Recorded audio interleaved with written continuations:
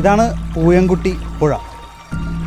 പൂയംകുട്ടി മേഖലയിലെ കർഷകർക്ക് ഏറ്റവും ഭീതി, നാശനഷ്ടം വരുത്തുന്ന കാട്ടാന കടന്നു വരുന്ന ദേശീയ പാതയാണ് ഈ കാണുന്ന പുഴ.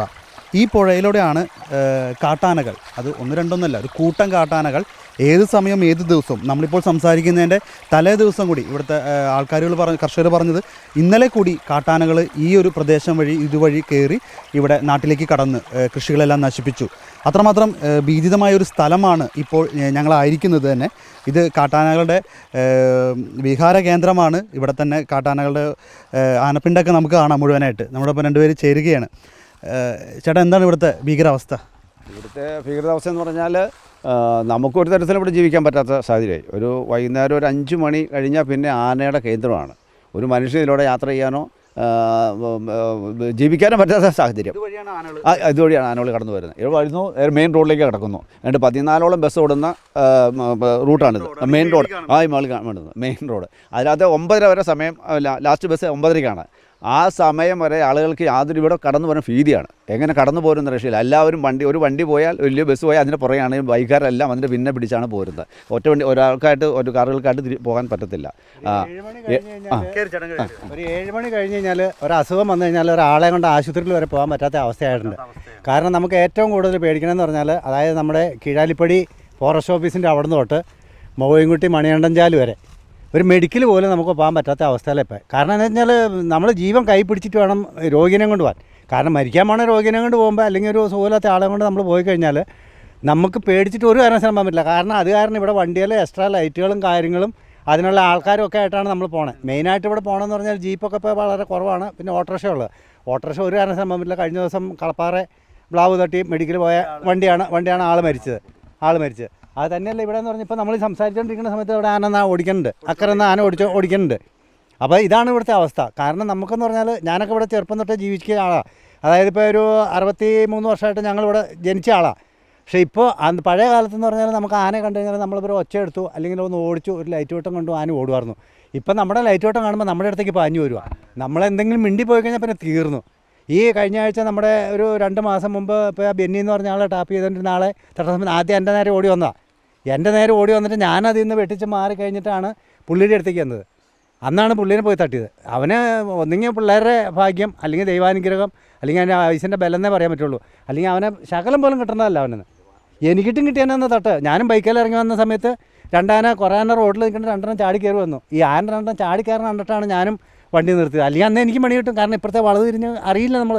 ഇതാണ് കാട്ടാനയുടെ ആക്രമണത്തിൽ നിന്ന് രക്ഷപ്പെട്ട വ്യക്തിയാണ് നമ്മുടെ കൂടെ നിൽക്കുന്നത്. ഞാൻ ആന ഓടിച്ച് വീണിട്ടുണ്ട്.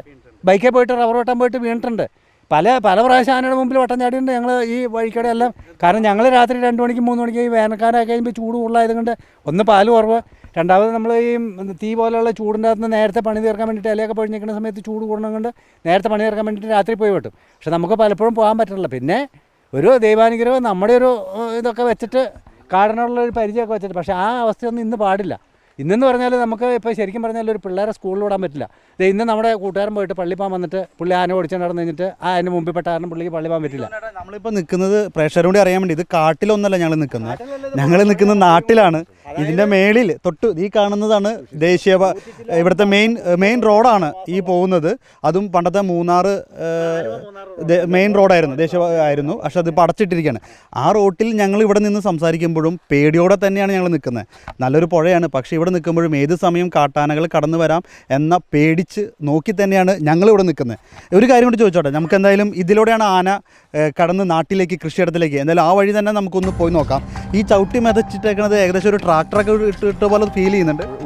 ഉഴുതിട്ട പോലെയാണ് കാണുന്നത്. ആന സ്ഥിരം കിടന്ന വഴിയാണ്. അതാണ് ഇത് ഇതുപോലെ ഇങ്ങനെ കിടക്കുന്നത്. ആനപ്പിണ്ട അതുകൊണ്ട് സമൃദ്ധമായ ആനപ്പിണ്ടം കിടക്കുന്നു. ആനപ്പിണ്ടം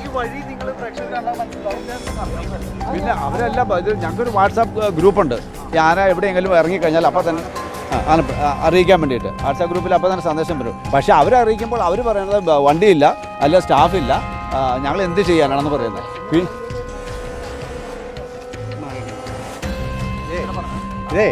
ഇന്നലെ രാത്രി വെളുപ്പിനെ വന്ന് തൂറി കൂട്ടി മുള്ളിയിട്ട് ഈ മൂത്രത്തിൻ്റെ മണം പോലും മാറിയുള്ള നമുക്ക് ഈ മണം സഹിച്ചുകൊണ്ട് നിൽക്കാൻ പറ്റാത്ത അവസ്ഥയാണ്. ഈ ആനച്ചൂരെന്ന് പറയുന്നത് ഈ മൂത്രത്തിൻ്റെ മണമാണ് ഭയങ്കരം. ഇത് ഞങ്ങൾ എന്ന് അനുഭവിച്ചുകൊണ്ടിരിക്കുന്നവരാണ്. പിന്നെ നമ്മളിതിൻ്റെ ഇടയ്ക്കൂടെ അങ്ങനെ ജീവിക്കാണ്ടിരിക്കാൻ പറ്റുമല്ലോ. വേറെ മാർഗ്ഗമല്ല. സർക്കാരോ ഫോറസ്റ്റ് ഉദ്യോഗസ്ഥരുടെ ഭാഗത്തുനിന്നോ നമുക്ക് അനുകൂലമായ യാതൊരു നടപടികളും ഇല്ല. ഇപ്പോൾ നമ്മൾ വോട്ട് ചെയ്ത് ജയിപ്പിച്ചു വിടുന്ന നമ്മുടെ സ്ഥാനാർത്ഥികൾ, അതുപോലെ തന്നെ നമുക്ക് വേണ്ടി MLA-മാർ, MP-മാർ, മന്ത്രിമാരൊക്കെ ഇപ്പം മൃഗങ്ങൾക്ക് വേണ്ടിയിട്ടാണ് സംസാരിക്കുന്നത്. കാരണം മനുഷ്യന് യാതൊരു വിലയില്ലാണ്ടാക്കിയ ഒരവസ്ഥയായിപ്പോയി. അത്രയും ദയനീയമാണ് ഇവിടുത്തെ ജീവിതം. അപ്പോൾ വന്നിട്ട് ഇവിടെ കയറി അങ്ങനെ തകർക്കുകയാണ്. പിന്നെ ഇവിടെ പിന്നെ പ്ലാവ് ഉണ്ട്. ഇതൊക്കെ അവർക്ക് സമയത്ത് ചൊറിച്ചിൽ വരുമ്പോൾ ചൊറിയുന്ന സ്ഥലമാണ് ഈ കാണുന്നത്, ഈ പ്ലേസ്.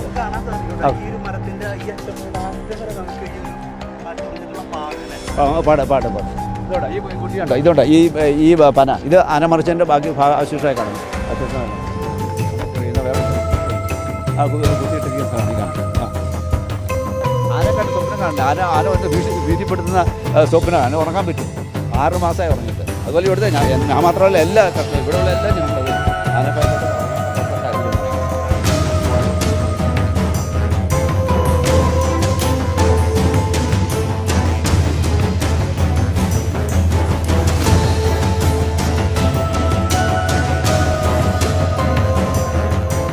ഇത് നമ്മൾ ഈ കാണുന്നത് ഹിന്ദുസ്ഥാൻ ന്യൂസ് പ്രിൻറ്റിന് വേണ്ടിയിട്ട് 1977 അവർ അവരുടെ തൊഴിലാളികൾക്ക് വേണ്ടിയിട്ട്, അവിടെ വർക്കേഴ്സിന് വേണ്ടിയിട്ട് പണിത ക്വാർട്ടേഴ്സാണ്.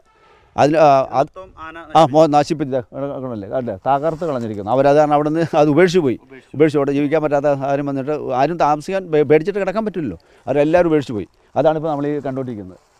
അതിനുശേഷം വീണ്ടും ആന തകർത്ത് നാശകോശമാക്കിയിട്ടിരിക്കുന്നു. അത് റോഡ് തൊട്ട് ഇതാ മെയിൻ റോഡ്. 14ഓളം ബസ് ഓടുന്ന പഴയ ആലുവ പോകുന്ന റോഡാൻ്റെ ഭാഗത്ത് ഓരത്ത് നിന്നാണ് നമ്മൾ സംസാരിക്കുന്നത്. സാരി അത് തൊട്ട് താഴെപ്പുഴ.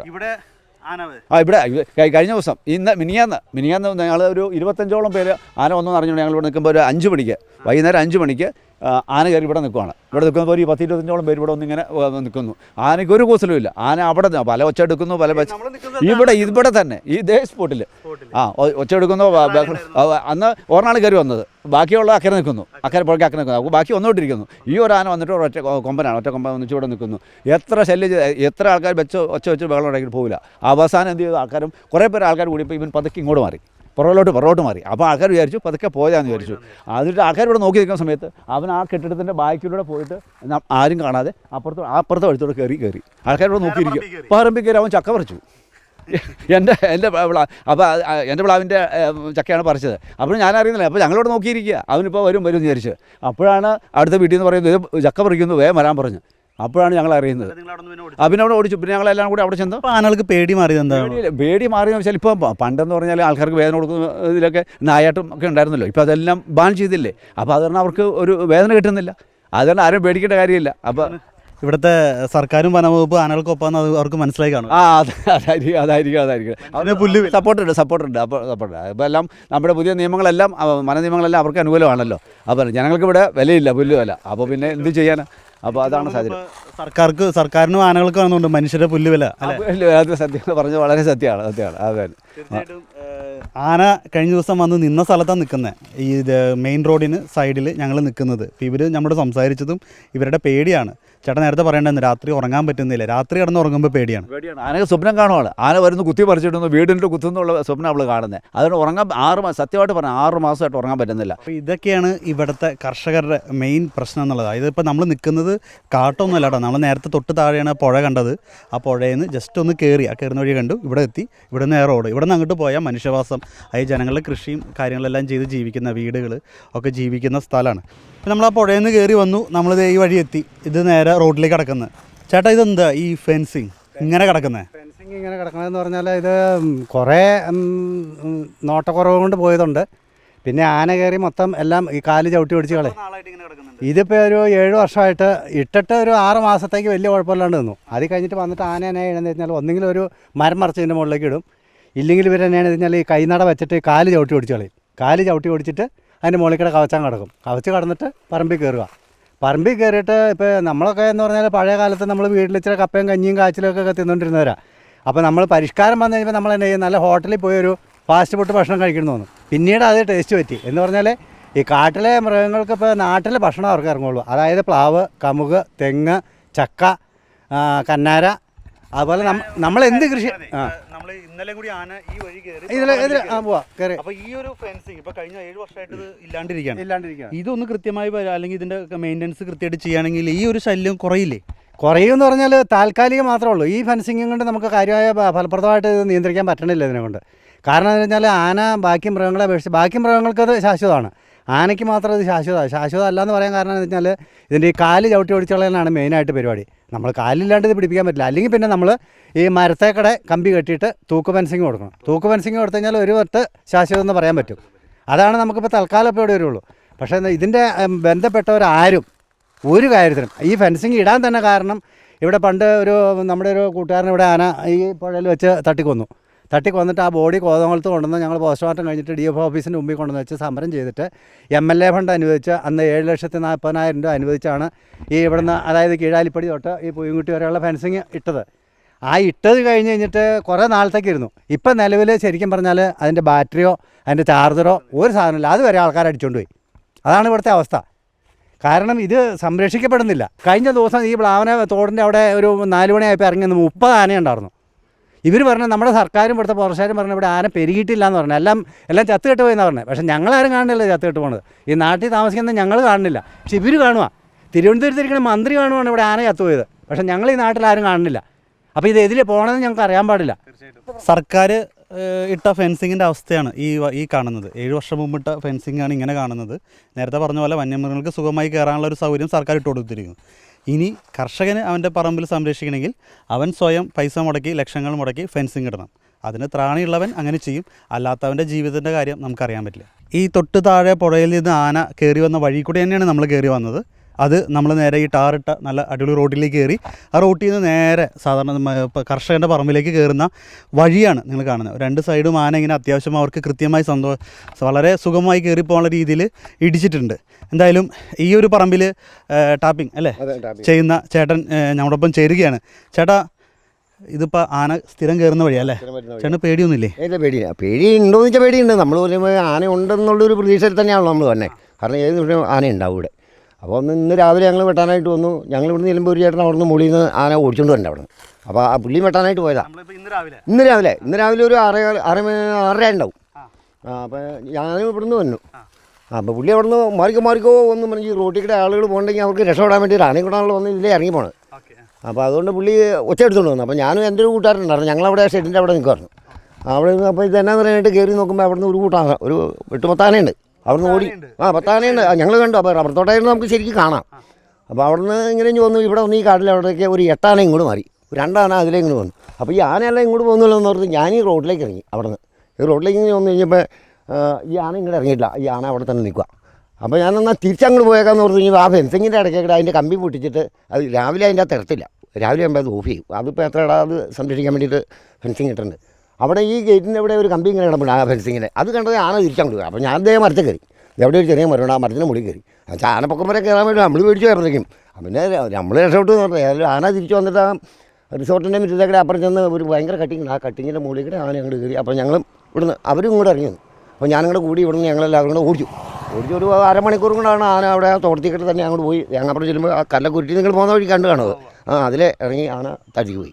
വയനാട് വീടിൻ്റെ മുറ്റത്തിട്ട് ആന ചവിട്ടിക്കൊന്ന അജേഷ് എന്ന് പറയുന്ന സഹോദരനെ കുറിച്ച് നമ്മൾ ആരും മറന്നിട്ടില്ല. അന്ന് ഒരുപാട് പേര് അതിനെക്കുറിച്ച് ദുഃഖിക്കുകയും ചെയ്തു. എന്നാൽ ഇവിടെ ഇടുക്കി ജില്ലയിലായാലും പൂയംകുട്ടിയിലായാലും ഇന്നും രാവിലെ ഇവിടുത്തെ കർഷകർ, ടാപ്പിംഗ് തൊഴിലാളികളെല്ലാം ആനയെ പേടിച്ച് ഓടേണ്ട അവസ്ഥയിലാണ് നിൽക്കുന്നത്. ഒരാളുടെ മരണം കൊണ്ടോ 2 പേരുടെ മരണം കൊണ്ടോ 3 പേരുടെ മരണം കൊണ്ടോ ഒന്നും ഇവിടുത്തെ സർക്കാർ സംവിധാനങ്ങൾ ഉണർന്നിട്ടില്ല. ഇനി മറ്റൊരു ദുരന്തം കേൾക്കുന്നത് വരെ അവർ ഉണരുമോ എന്നും അറിയില്ല.